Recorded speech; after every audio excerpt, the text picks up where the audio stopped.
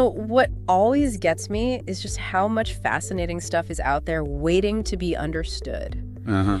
And today, we're trying to give you a shortcut, really, to appreciating something truly amazing, the incredible beauty and sheer variety of Asia. Exactly. If you're looking to get past the usual tourist stuff and really grasp what makes the continent tick, what makes it so captivating, well, you're in the right spot. Right. We've been digging into some really compelling material, stuff that gets to the heart of Asia's unique appeal. We're going to pull out the key insights, those little details that stick with you, maybe even surprise you. That's the plan. In this deep dive, we want to explore 10 of Asia's, most stunning countries, using descriptions that are, really rich and evocative. Think of it as getting a solid perspective, with us guiding you through this amazing collection of landscapes, cultures, experiences, everything Asia has to offer, ready to jump in. Absolutely. It's incredible how much difference exists across one continent. Okay, let's get into it then. Starting with Japan. It's a place that draws so many people in. What were some of the main takeaways about Japan from our sources? Well, what really jumps out is this constant play between deep tradition and super modern life. Right.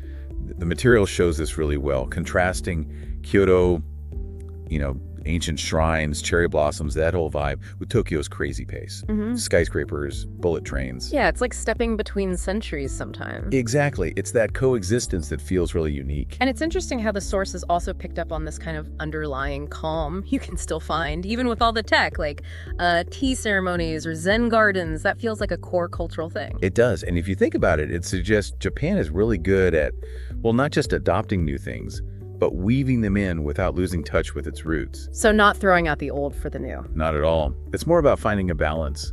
And the food scene, too. Yeah. The precision of sushi versus the sort of comfort of ramen. Yeah. It's another way to see that multifaceted beauty. Good point. And of course, you can't forget the seasons.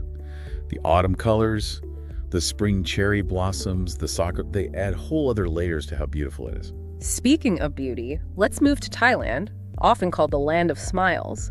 What did our material highlight about Thailand? The feeling that comes across most strongly is just genuine warmth and this vibrant energy. Okay. The sources really capture the different but equally appealing sides of Thailand. You've got the chaos of Bangkok markets, temples just buzzing. And then you have the total relaxation of the southern islands. Complete contrast. Yeah, that picture of chilling on Koh Phi Phi, maybe sipping coconut water while the sun sets, it's almost cliche but sounds amazing. It really does.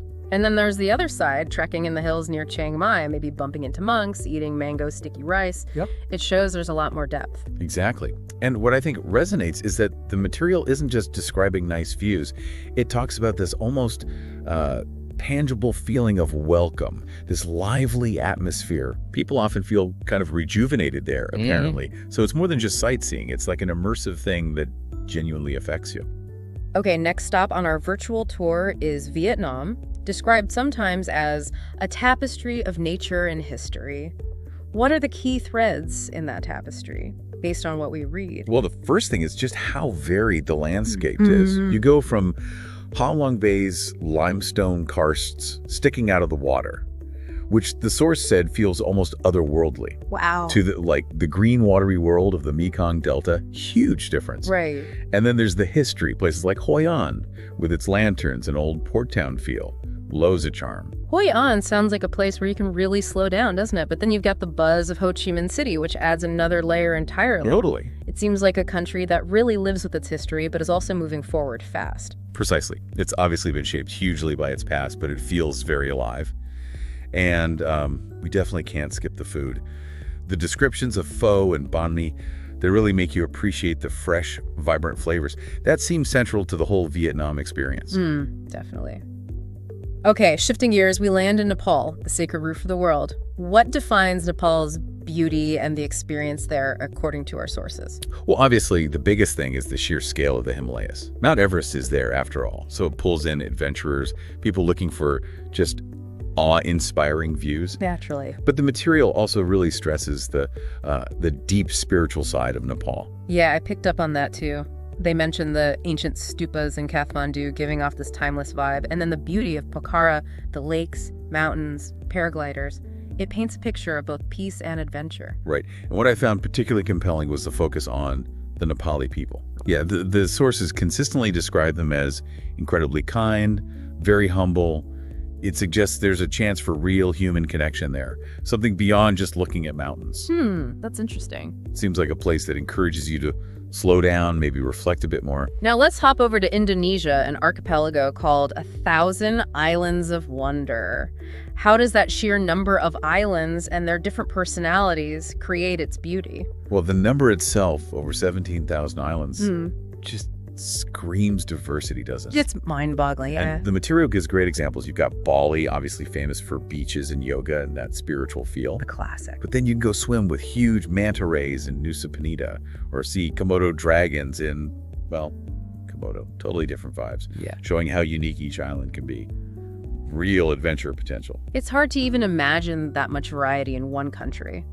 And the sources really brought it to life with sounds and smells, gamelan music, temple dances, spices. Yes, it's presented as a full sensory experience. Yeah. Not just looking, but hearing, smelling, tasting. And the culture woven through it, all the traditions on each island adds so much depth. Okay, our virtual journey takes us now to India, described as a journey like no other.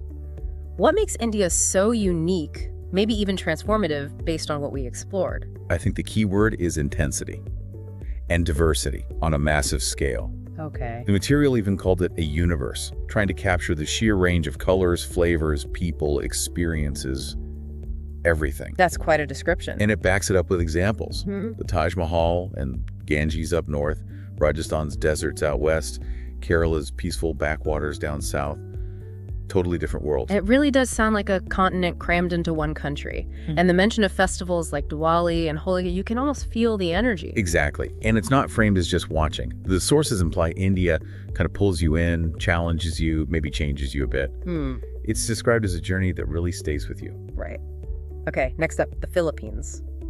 The Islands of Joy. What makes it so joyful, according to our material?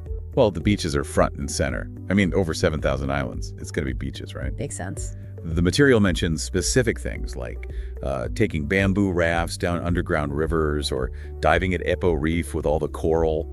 Sounds amazing. Yeah, those images of white sand and clear water are pretty powerful. But it seems like the joy part comes more from the people. Absolutely. That came through really strongly. They're described as just incredibly kind, funny, super welcoming. The sources even said visitors often feel like they really belong there. And the mention of karaoke is great, gives you a sense of that lively communal spirit. Love it. Yeah. Okay, nearly there. Our second to last stop is Sri Lanka, called a hidden gem reimagined. What makes this island appealing, maybe especially because it's sometimes overlooked? What's cool is how much variety is packed into a relatively small place. You've got those scenic train rides through rolling tea plantations. I've seen pictures of that. Stunning. Yeah. Then you can be surfing on golden beaches. Plus, there are major historical sites like Sigiriya Rock Fortress and great wildlife spotting in parks like Yala. So it's got that mix nature, culture, history. Exactly. And that contrast between old colonial buildings and the wild landscapes is really interesting. It's almost like a best hits of Asia, but more compact. That's a good way to put it. Less overwhelming, maybe. Perhaps. Hence the hidden gem idea. Lots to discover, maybe without the crowds of some other places. Ready to be appreciated again. And finally, we land in Malaysia, embodying harmony and diversity. How does that multicultural aspect shape its appeal? That multiculturalism is key. You see it right away in Kuala Lumpur with mosques standing near gleaming skyscrapers. Right, that contrast again. And the sources highlighted Penang too, its culture, the street art, the amazing food scene. And then you've got Borneo with rainforests and orangutans. Totally different again. It sounds incredibly varied, modern cities, history, amazing nature. It's fascinating how all those influences blend together. It really is. And the sources make it clear this diversity isn't just about people, but also landscapes, languages, traditions. It creates this really rich experience with something for pretty much everyone. Wow, okay. What an incredible trip, even just talking through it. Exploring all that beauty and difference across these 10 Asian countries. It really hammers home that travel is so much more than just, picking boxes. It's about feeling a place. Absolutely. And like our sources suggested, each one seems to have this unique quality that leaves a real mark. Whether it's the quiet of a Japanese garden, the warmth of a Thai greeting, or that intense experience in India, these things stick with you. Definitely. They resonate long after you're back home. So as you've listened to this deep dive, maybe think about which of these places, these experiences, really sparked something in you. What pulls you in? Is it that mix of old and new? Or the call of incredible natural beauty meeting deep culture? It's worth reflecting on what kind of discovery ignites your own curiosity, and maybe where your own explorations might take you next. Thinking about how that balance of tradition and tomorrow, or nature and nurture, speaks to you personally.